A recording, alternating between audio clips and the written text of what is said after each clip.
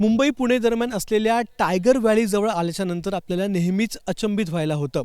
पण याच टायगर व्हॅलीच्या पोटातून आता एक रस्ता जाणार आहे, जो रस्ता मुंबई आणि पुण्यातलं अंतर अर्ध्या तासापेक्षा जास्तीच्या वेळाने कमी करणार आहे.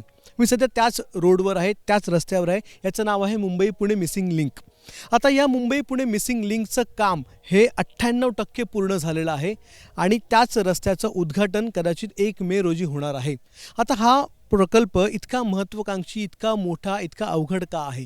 तर सुरुवातीलाच आपण ज्या वायाडक्टवर उभे आहोत, ज्या ब्रिजवर उभे आहोत, तो ब्रिज हा केबल स्टेट ब्रिज आहे.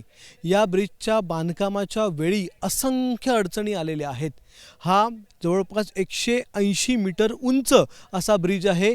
याचा जो मेन पायलन आहे, म्हणजे ज्या मुख्य पिलरला या सगळ्या केबल जोडण्यात आलेल्या आहेत, त्या पिलरच्या मुळाकडे म्हणजे जमिनीकडे आपली नजर देखील जात नाही, इतक्या खोलवर या पिलरचं बांधकाम तयार करण्यात आलेलं आहे.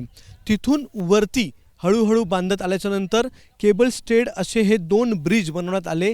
त्यांची उंची 182 मीटर आहे आणि यांची लांबी 650 मीटर इतकी आहे. आता हा जो मधला भाग आहे, तो मधला भाग 2 डोंगरांच्या मध्ये आहे. त्यामुळे इथपर्यंत पोहोचण्यासाठी देखील खूप मोठी कसरत आणि नवनवीन रस्ते बनवावे लागलेले होते. पण या ब्रिजचं बांधकाम पूर्ण झालं आणि 2 समोरचे जे डोंगर आहेत ते जोडण्यासाठी हा ब्रिज बनवला. पण डोंगरांच्या आतून जाण्यासाठी बोगदे बनवण्यात आले. आता हे जे बोगदे बनवले ते देखील अचंबित करणारे आहेत, कारण एक बोगदा जो आहे तो जवळपास 8.9 किलोमीटर इतक्या लांबीचा आहे आणि त्याच हा जो समोरचा बोगदा जो आपण बघताय, त्याच बोगद्याची रुंदी ही आतापर्यंतची सगळ्यात जास्त रुंदी आहे. त्याचा गिनीज बुक ऑफ वर्ल्ड रेकॉर्डमध्ये देखील नोंद होणार अशी शक्यता सांगितली जाते. एक बोगदा जो आहे तो 1.5 किलोमीटर इतक्या लांबीचा आहे. पण त्यात देखील आश्चर्य आहे, तो म्हणजे लोणावळा लेक, ज्या ठिकाणी आपण नेहमी फिरायला जातो, त्या लोणावळा लेकच्या 180 मीटर खाली हे बोगदे बनवण्यात आलेले आहेत. म्हणजे आपण विचार करू शकता की किती तांत्रिक अभ्यास करून हे बोगदे बनवले गेलेले आहेत. पण इतकं सगळं करून, इतकी अभियांत्रिकी कौशल्य वापरून जो रस्ता तयार झालेला आहे, तो रस्ता आपल्याला महत्त्वाचा आहे.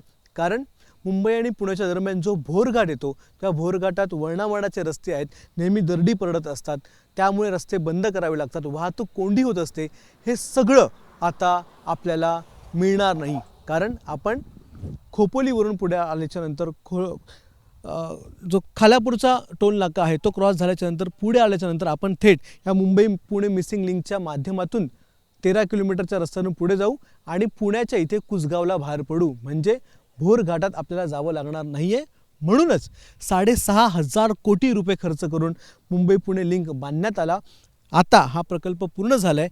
त्याचं लोकार्पण 1 मे रोजी मुख्यमंत्री देवेंद्र फडणवीस आणि दोन्ही उपमुख्यमंत्री एकनाथ शिंदे आणि सुनीत्रा पवार यांच्या उपस्थितीत केले जाणार आहे. त्यामुळे मुंबई पुणे आणि पुण्याच्या पुढे देखील प्रवास करणाऱ्या सगळ्याच प्रवाशांना आता याचा फायदा होईल. म्हणूनच महाराष्ट्राच्या दृष्टीने, महाराष्ट्राच्या आर्थिक दृष्टीने देखील हा प्रकल्प महत्त्वाकांक्षी मानला गेला आहे. कॅमेरामॅन रोहितसह अक्षय भाटकर, एबीपी माझा, खोपोली. एबीपी माझा, उघडा डोळे बघा नीट.